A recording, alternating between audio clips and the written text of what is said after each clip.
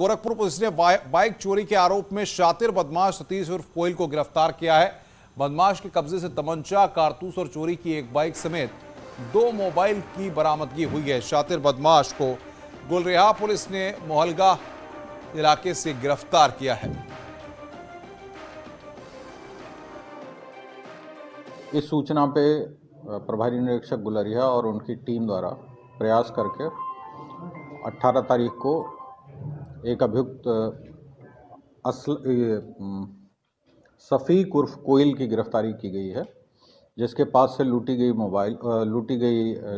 चोरी की गई मोटरसाइकिल और 2 अदद मोबाइल बरामद किए गए हैं। ये लोग मोबाइल चोरी भी करते हैं। इनका एक साथी कैंट थाने से गिरफ्तार हुआ है। खबर रायबरेली से है, जहां पर फर्नीचर की दुकान में भीषण आग लग गई। आग से दुकान का सारा सामान जलकर राख हो गया। स्थानीय लोगों और फायर ब्रिगेड कर्मियों ने आग पर काबू पाया। लालगंज कोतवाली क्षेत्र का यह पूरा मामला है। बिजली वगैरह है तो आग पर काबू पा लिया गया। रायबरेली की तस्वीरें आपकी स्क्रीन पर। फर्नीचर की दुकान में भीषण आग लग गई थी। आग की लपटें आप देख सकते हैं। इसके चलते दमकल कर्मियों को खासी मशक्कत करनी पड़ी इस आग पर काबू पाने में। बिजली वगैरह है इटावा के बसरेहर थाना क्षेत्र के लोहरई रामपुरा में गांव में एक घर में आग लग गई। आग से घर का सारा सामान जलकर राख हो गया। साथ ही एक कार भी जल गई। बताया जा रहा है कि शॉर्ट सर्किट की वजह से आग लगी है।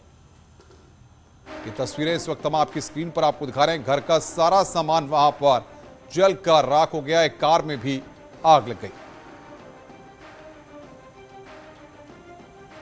तो इटावा की ये तस्वीरें, जहां पर आग की लपटें आप देख सकते हैं। घर का सारा सामान जलकर राख हो गया। एक कार में भी वहां पर आग लग गई। ये तस्वीरें आपकी स्क्रीन पर। आगे बढ़ते हैं। खबर लखनऊ से है। यहां पर इंडियन ऑयल के रिटायर्ड अफसर, उनकी पत्नी और बेटे की हत्या का खुलासा पुलिस ने कर दिया है। हत्या के मामले में पुलिस ने अफसर के बड़े बेटे और उसके साथी को गिरफ्तार किया है। बड़े बेटे ने ही माता पिता और छोटे भाई की हत्या की थी। बताया जा रहा है कि बेटा अपने पिता के बर्ताव से नाराज था। आरोपी बेटे ने पहले पुलिस को बताया था कि उसके माता पिता और भाई कश्मीर में लापता हो गए।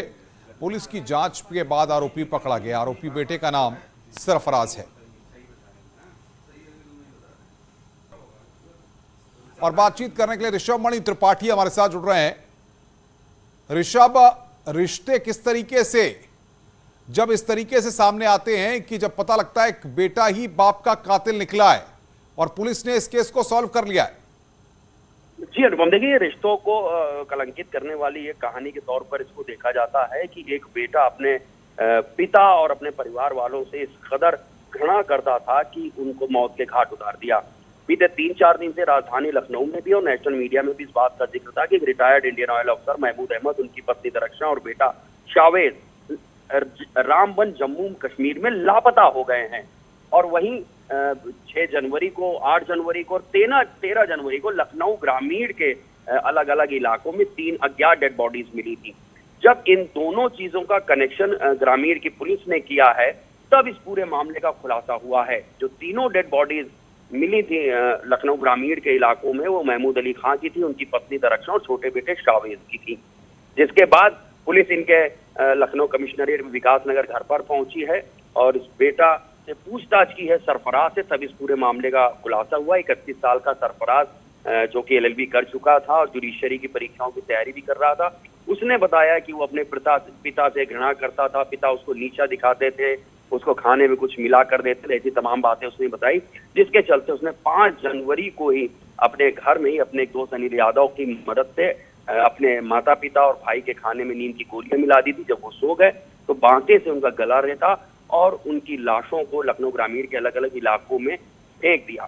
13 जनवरी को जम्मू कश्मीर के रामबन जाता है और वहां से फोन करता है, खुद शावेज बन के अपनी बहन को नोएडा में फोन करता है कि हम लोग यहाँ पर फंसे हुए हैं लैंडस्लाइड में, और गुमराह करने की सबको कोशिश करता है जैसे उसके माता पिता और छोटे भाई रामबन जम्मू कश्मीर में फंस गए हैं।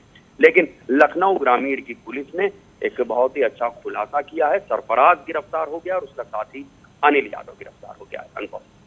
बिल्कुल, बहुत बहुत शुक्रिया आपका ऋषभ, बातचीत करने के लिए और तमाम अपडेट देने के लिए। गोरखपुर में भीषण ठंड से लोगों का बुरा हाल हो गया है। सुबह में कोहरे और रात में सर्द हवाओं से ठंड और बढ़ गई है। ठंड से बचने के लिए लोग घरों में कैद हो गए हैं। वहीं जो लोग बाहर निकल रहे हैं उनकी मांग है कि सरकार जगह जगह अलाव का इंतजाम करे।